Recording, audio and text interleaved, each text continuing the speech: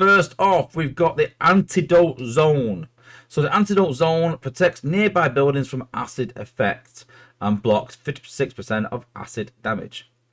Area effect increased by 294%, and the buildbot is immune to acid damage. Next up, we've got the Fireproof dome, so that protects nearby buildings from 56% of fire damage. Area effect increased by 294%, and the buildbot is immune to fire damage. So you remember we actually had this in testing quite a while ago and reviewed it. It's not changed much. I think back then, yeah, I think it was just fire actually. Yeah, I thought it might be fire and acid, but I think this is. I think it's just fire now. But yeah. And then lastly, we have the Waterproof dome. So protects nearby buildings from 56% of water damage and makes them negate the water effect. Area effect increased by 294%, and the buildbot is immune to water damage. So I do like the idea of this elemental thing. I did say that at the start. It's pretty obvious that the Waterproof dome is focused around Ruination God Neptune and reducing their effectiveness. It's pretty obvious the likes of the acid effect in terms of Nightstick and Fracas, in terms of skids, even Slingshot, some really good meta bots. So I think that's the focus for those. Fireproof Dome Core, I think again a bit of Slingshot and maybe Optimus, I think. Outside of that, not many meta bots, I think, really, that can be sort of considered. But let's have a look at them on the battlefield. So we've got a Fireproof dome, so you can see their area of effect. If you compare that to the FFD, so you can see the Fireproof dome goes to the end of the runway, and the FFD does that bit extra by doing 404%. So the FFD range is still quite incredible. So let's give it a test. Let's drop Slingshot and let's try and take this buildbot out. Obviously it's acid, but you hit it with fire. And you can see there, because it's Fireproof dome, it's not destroyed the buildbot. Buildbot survives.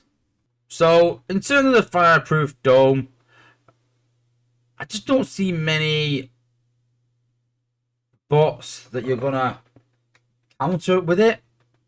There's not many meta bots that are that important. You use Slingshot to take out the FFDs or take out buildbots. So if you put the Fireproof dome core on a buildbot, let's just go extreme. Let's just say you replace all FFD with Fireproof dome cores. Then you're not gonna then need to take that out anymore with Slingshot. You can use a different bot because you use Slingshot to take out the FFDs. That makes sense. So again, what you can do is though, you can put Slingshot's core next to a anti-heal core. And let's try and protect the anti-heal core from Slingshot. So we drop Slingshot, and like I said, we're going to try and hit the second core. There we go. So that's protected from reduced fire damage. And there we go. So that's actually done a pretty decent job of protecting the other cores. But the problem with these cores again is that by adding all these cores in, you're slowly weakening the buildbot effectiveness. Because I think when we had the cores we had before this release, just the FFD, anti-hack, anti-stun, anti-heal, and healing buildbot, there was just enough to make it a choice. There was probably maybe one more than what was needed. That makes sense. But it made it just about balanced. That everyone had a bit different. Most people have FFDs, granted, because there's so many bots that are massively overpowered that require some kind of shield. But then outside of that, some had 2 FFDs, 2 anti-heal, some had 4 FFDs. Someone had 2 FFDs and they had 2 anti-electric cores for sea spray. But you saw a lot of variation. Whereas I think with these elemental cores, once you put an anti-fire in there, losing an FFD or losing an anti-heal or losing that anti-electric, anti-stun cores is a big deal for the fire core. And with the fire cores not having the range of the FFD, it's still a decent range, then I don't think it'll be that effective.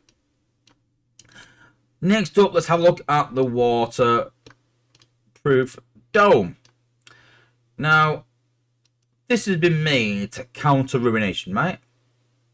Okay, let's see how good it is at doing that. So, looking at his abilities. So, this one, send the shockwave that deals 5,800. Send a shockwave that deals 5,800 damage to the target in a line. There's nowhere there that mentions water at all. So it's not a water ability. So we can use Ruination. Let's take out the build bot. Done. But let's just say that because the build bot's out of the way, we don't really want to use that ability over there. We want to get that ability over the defenses. So you could say, what's a bit unrealistic, Wozza? You're putting us in an unrealistic situation there. So let's make it a realistic situation. When we sort of rush Ruination in, we don't want to rush him into the middle and get killed, especially with FFD around, because it destroys his shield. So we want to run him out of the way. So that's what we're going to do. So this, yeah, we're going to use God Sting. We're going to charge the build bot. Keep him over here.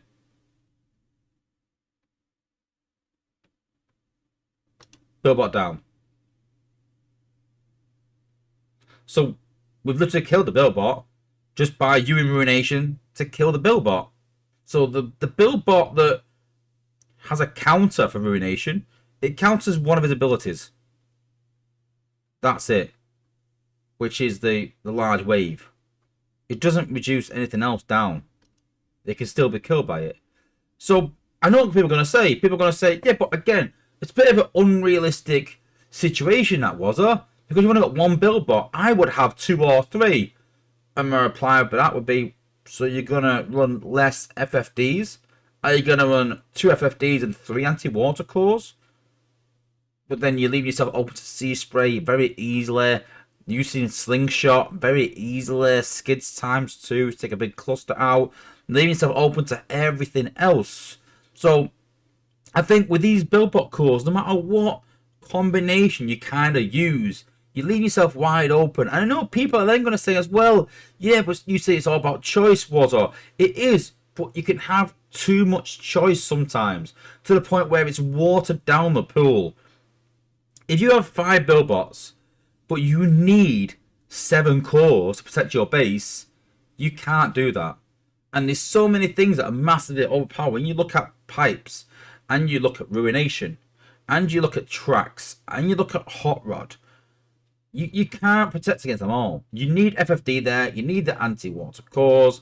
Okay, but then you leave yourself open to sea spray, massive layer, 6 gun, easily. A lot of very, very meta bots. And so with the release of these cores, I just think it's a step too far. Now, before these were sort of brought out, I said that these elemental cores should be a second core on defense. And I feel like these should have been saved for HQ 18.4 maybe, and released, and you should be able to attach these to defenses. Can you imagine if I made my base and I attached anti-water cores to all my defenses? All of them. That would maybe make you guess twice or think twice about using Ruination. What if I put anti-acid cores on all my defenses and all of a sudden slingshot not going to do as much damage, skids isn't, and fracas and nightstick are going to do less damage against the base as well, and maybe slow you down in a time trap? What if I chose certain defenses to have anti-water cores, certain defenses to have anti-acid cores, certain defenses to have anti-fire cores?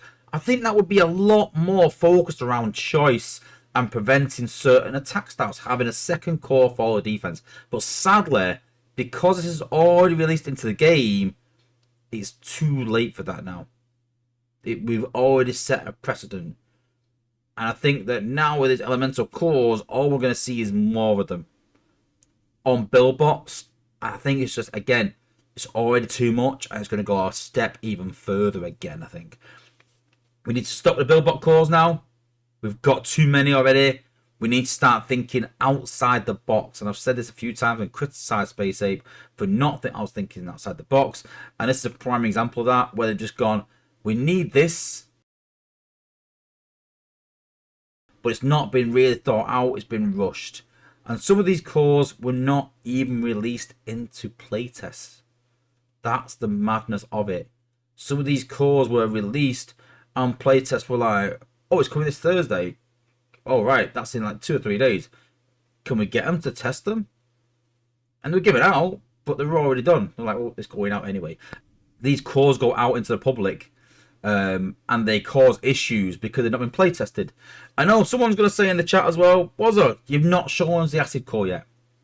Because when you equip the acid core, so now I'm going to test this new anti-acid core. Let's have a go. Let's see if this does the same again. Let's have a go.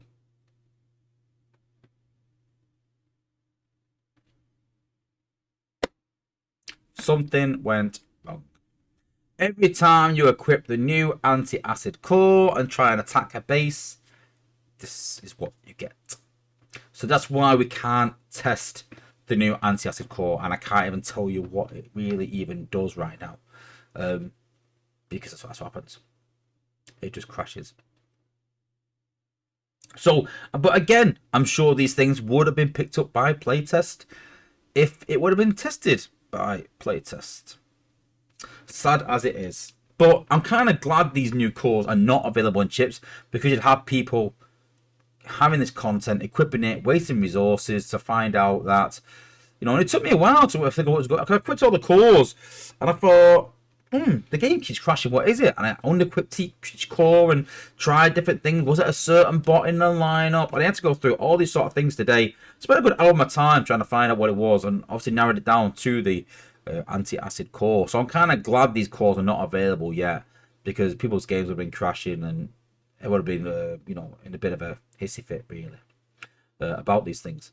But I'm not convinced about the cores yet. Like I said, too watered down. Not convinced about the elemental cores at all. What do you like about the new HQ18 upgrades? Let me know in the chat after you sort of seeing, you know, what's what.